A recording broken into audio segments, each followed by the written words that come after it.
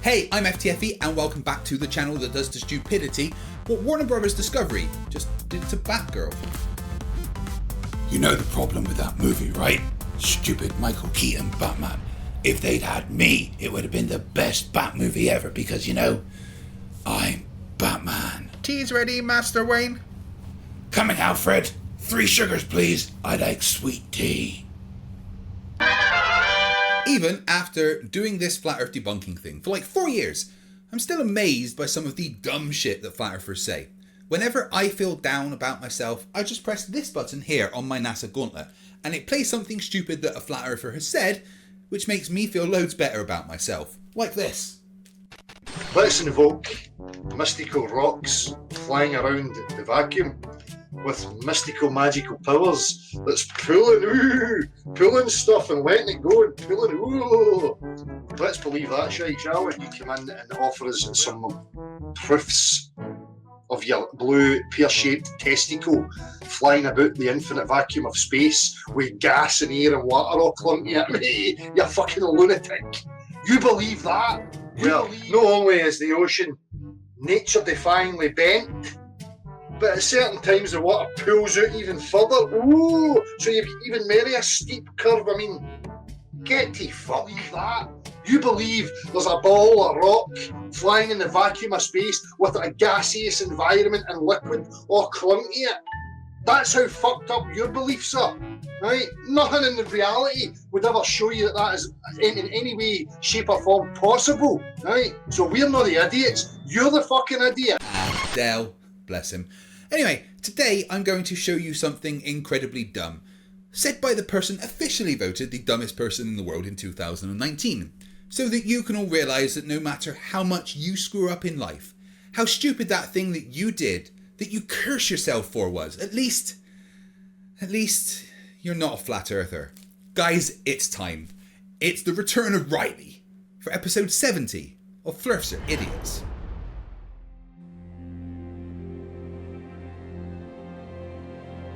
We're living on a disk, floating through space, with a tiny sun.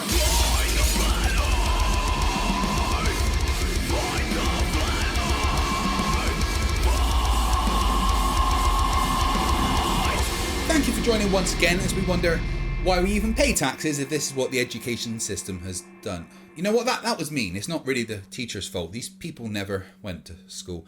Yes, that's right. Sleeping warrior Anthony Riley has shown us all his intellectual prowess and decided to once and for all debunk Coriolis.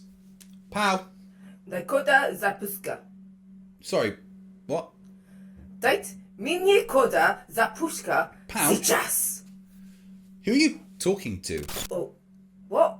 When did I...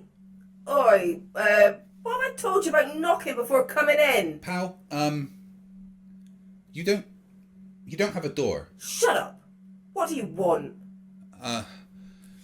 Okay, could you just play that stupid video that Sleeping Warrior made? See, this is why I hate you.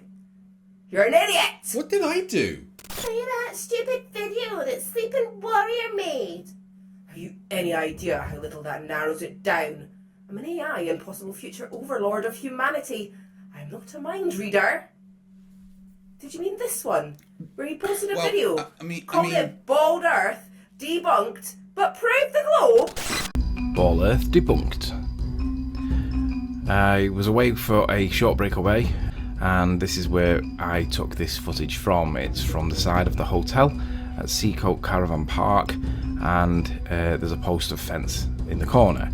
I'm looking for Mackle Lighthouse, and in the top left we can see that I've been here before, but at 100 feet, and took that photo top left. I can clearly see that Mackle Lighthouse is in the picture. I was challenged to go back and get it lower, and visibility was not always great, so I went back at a different time of the day, or when it was good and I could see it. So I'm clearly seeing the lighthouse, and as I zoom the camera out a little bit, you should see that I can get it to basically match the landscape. This is a little bit of wow, look at how clear the footage was. And now as I zoom the camera out, I can pause it there. If I zoom in a little bit into the image, you can see that it matches the above image in the top left hand corner. This was taken from 100 feet though, and there is the lighthouse. Yeah, this does show how dumb he is, because his own video actually debunks him. Because if you take his two images and draw a line horizontally right from this point on both, you see that what he is claiming is the lighthouse is actually this point here, meaning the lighthouse is either underwater or behind the horizon, which is created by the curve of the Earth, because, you know, the Earth's a globe. Or that video, where he bets someone £1,000 that there's a solar eclipse every month. A solar eclipse will happen every single month. And why? Because it takes 27 days, 27 point something days for the moon to orbit the Earth. So at some point it's going to cross the sun. And it does it every single month. Now, I have no explanation for why it takes every 100 years for America to get one, because the law of probability dictates that it should be every few years, but we're being told it's once every 100 years. So there is a solar eclipse every month. The only problem is we don't see it because it's usually over the water. So you can bet me £1,000, because you're gonna have to come up with the reason for why it's not when the moon orbits the Earth once every month, you Burke. I bet you £1,000 solar eclipses happen every single month. The issue is we never see them because they're normally over the Earth, normally over the water.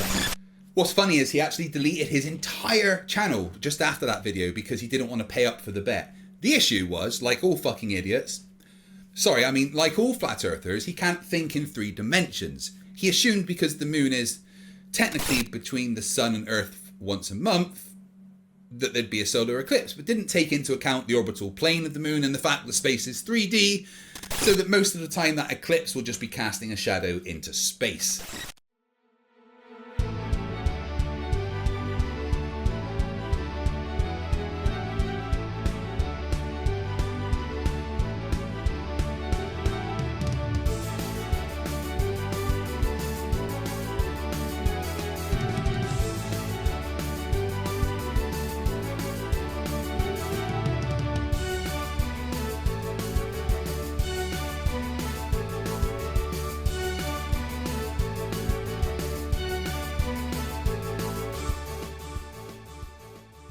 At that time, he tried to disprove gravity with an egg.